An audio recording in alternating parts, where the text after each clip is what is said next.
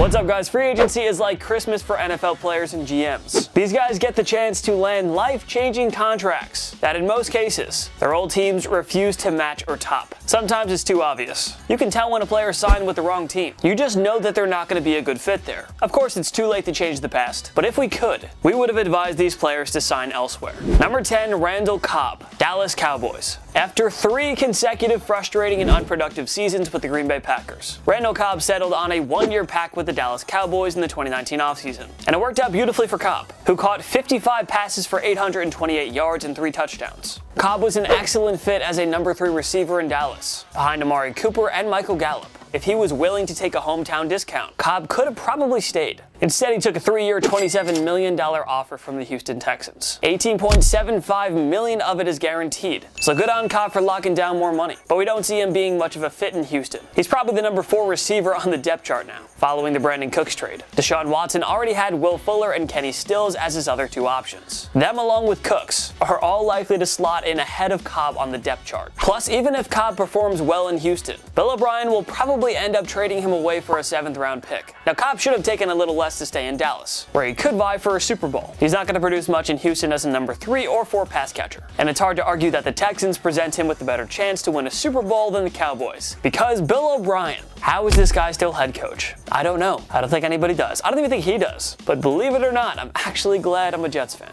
Number 9, Desmond Trufant, Seattle Seahawks. The Atlanta Falcons, with one of the worst defenses in the league, made the head-scratching decision to release their top cornerback. Why? Nobody knows. Maybe it was a blessing in disguise for Trufant to get released, leaving behind a mismanaged and poorly constructed Atlanta team. He made a questionable decision to sign with the Detroit Lions on a 2-year deal worth $21 million.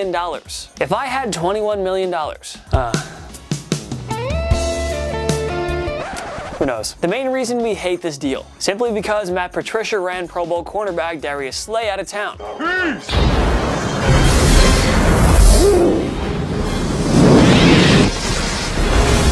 The latter couldn't help but voice his excitement about leaving the Lions following some harsh criticism from Patricia. So why should we think that Trufant will receive better treatment from somebody who hasn't proven to be a qualified head coach? I mean, sure, Trufant got a nice payday, but why not wait it out and look to sign for a little less with a contending team? Then you could potentially get a Super Bowl. Who doesn't want that? Trufant would have been a wonderful fit for the Seattle Seahawks, a perennial playoff team and Super Bowl contender. They need some help in the secondary. Having placed 22nd in scoring defense and 27th against the pass in 2019, Trufant could have taken a 1-year deal to reset his market for next year. He'd be joining a fun-loving culture in Seattle, but instead, he'll go to a place with a coach who's found amazing ways to build toxic relationships with his players. Other than that, things should go nicely for Trufant and the Lions. Number 8, Blake Martinez, Houston Texans. Few teams overpay and strike out in free agency as much as the New York Giants, who inked veteran linebacker Blake Martinez to a 3-year contract worth $30 million.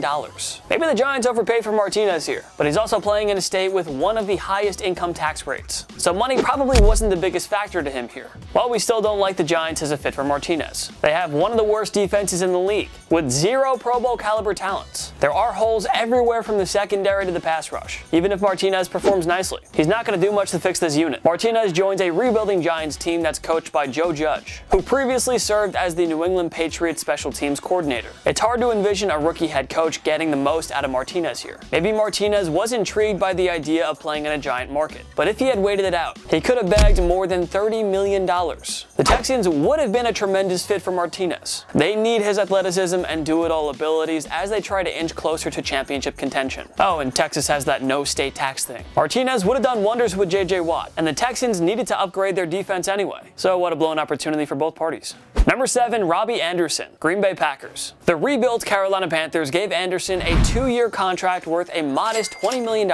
It's a great signing for Matt Rule, but Anderson probably could have done better for himself. It's hard to imagine how Anderson can match the production he had with the New York Jets. New starting quarterback Teddy Bridgewater will have Christian McCaffrey and DJ Moore as his top weapons, followed by Anderson and Curtis Samuel. Anderson is looking at being the number 3 or 4 option for his new team. He could have done more if he signed with the Packers, who desperately needed a number 2 receiver to complement Davante Adams. It's surprising that Green Bay didn't try hard to find a new wideout for Aaron Rodgers, who's only gotten so many years left, and I'm sure is very happy that they drafted a new quarterback, and yeah, he's definitely really happy. Brett Favre is laughing right now. Anderson would have been the perfect fit for Green Bay, and they easily could have given the speedy wideout more than $20 million. Anderson will at least take home a nice payday, but he could have earned more while putting up bigger numbers with a future Hall of Famer in Rodgers. Number 6, Melvin Gordon, Pittsburgh Steelers. Gordon probably regrets holding out with the Los Angeles Chargers. It cost him big money and his starting job in LA. He settled on a rather generous 2-year, $16 million deal with the Denver Broncos. But they don't really need Gordon's services. They already have a 1,000-yard rusher in Phillip Lindsay. So what exactly was John Elway doing here? Gordon's best bet would have been to sign a 1-year deal and reset his value for 2020. How's he going to do that now when he'll probably split the workload with Lindsay? This was a pretty bad deal for both sides. Gordon would have been a perfect fit for a Pittsburgh Steelers team that is still trying to replace the elite level of production that Le'Veon Bell left behind.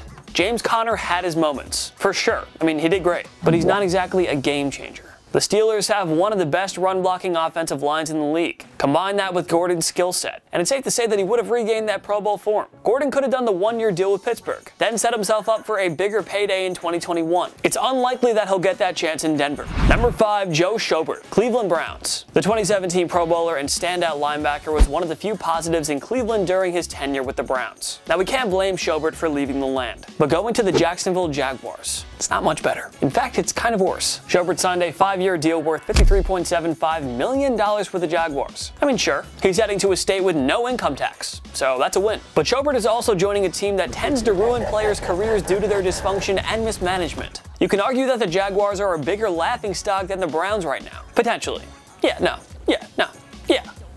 No. Yeah.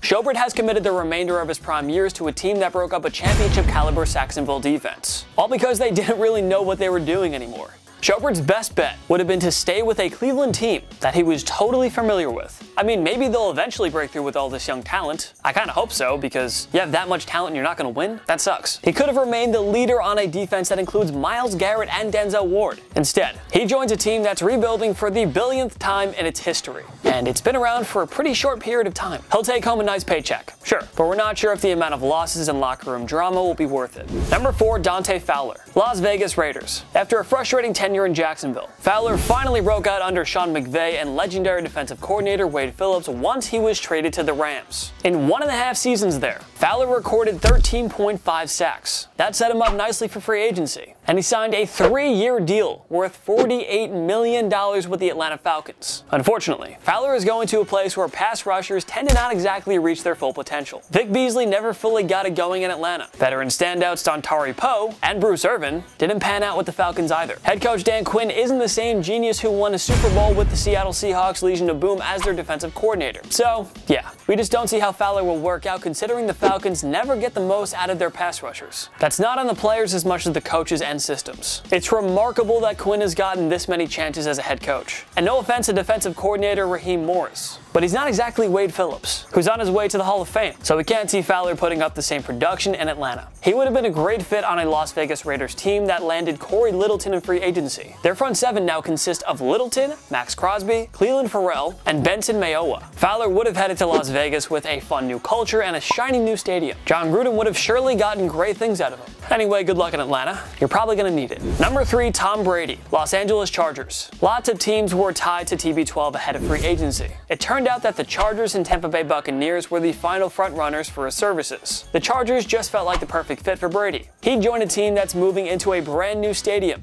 And in LA, Brady would be able to continue expanding his 199 Productions company. Of course, he'd also join a stacked Chargers team with an elite group of playmakers. Keenan Allen, Mike Williams, Hunter Henry, Austin Eckler, and Justin Jackson. Throw in a defense that's loaded with Pro Bowlers, like Joey Bosa, Melvin Ingram, Derwin James, and Chris Harris Jr. And Brady could have totally competed for Super Bowls here. Sure, he got 2 years and $50 million guaranteed from the Bucs. Sure, he has Mike Evans and Chris Godwin. Sure, he has a quarterback's whisperer as a head coach in Bruce Arians. But these Bucs are no Super Bowl contender. I mean, they got Gronk too, so that kind of helps. But are they going to win a Super Bowl? The rushing game is lacking. The O-line is okay. The defense is far from championship caliber. And the Bucs aren't the top team in the division. The New Orleans Saints are the team to beat. And the Panthers also may be better than Tampa. Brady might put up some fancy stats with the Bucs, but his best chance to win a Super Bowl was probably the Chargers. When you take quarterbacks out of the equation, they're way closer to winning a title than the Bucs. Number 2, Austin Hooper, the Atlanta Falcons. The 2-time Pro Bowler signed a 4-year, $42 million contract with the Browns. Now, I don't necessarily like that move because Cleveland has enough pass catchers in Jarvis Landry, Odell Beckham Jr., and a talented tight end in David Njoku. Pass catcher was the least of Cleveland's concerns. The offense will run through Nick Chubb a lot more under new head coach Kevin Stefanski. So how is Hooper supposed to match his production as a number 4 or 5 option here? Hooper's best bet would have been to stick with Atlanta, where he could continue his success with Matt Ryan. These two, along with dynamic pass catchers Julio Jones and Calvin Ridley, formed one of the league's most prolific offensive units. Hooper also could have looked at the New England Patriots, who desperately need a tight end to fill the void left behind by Rob Gronkowski. He would have been a great fit for Josh McDaniels' offense. That dude loves using his tight ends. Be it Atlanta or New England, both would have been a better option for Hooper. Number 1, Jack Conklin, Tennessee Titans. Conklin was an anchor on the Tennessee Titans offensive line, and he was instrumental in helping them make a surprise run to the AFC Championship game. Thanks to Conklin's efforts, Derrick Henry won the rushing title with 1,540 yards in 2019, and Ryan Tannehill won the Comeback Player of the Year award after enjoying the best season of his career in the Music City. Conklin had every reason to stay with the Titans, but the front office had to prioritize both Tannehill and Henry. Conklin left to sign a 3-year, $42 million deal with the Cleveland Browns, who desperately had to upgrade their messy O-line. It was a great addition for the Browns, but why would Conklin leave an AFC runner-up with such a wonderful culture for one of the worst and most dysfunctional organizations in football? Mike Vrabel is building up something unique in Tennessee, and I'm not talking about his draft room. And there's good reason to believe they'll stay in contention for several years. And sure, the Browns gave Conklin a nice life-changing contract, but he could have taken less money to stay in Tennessee,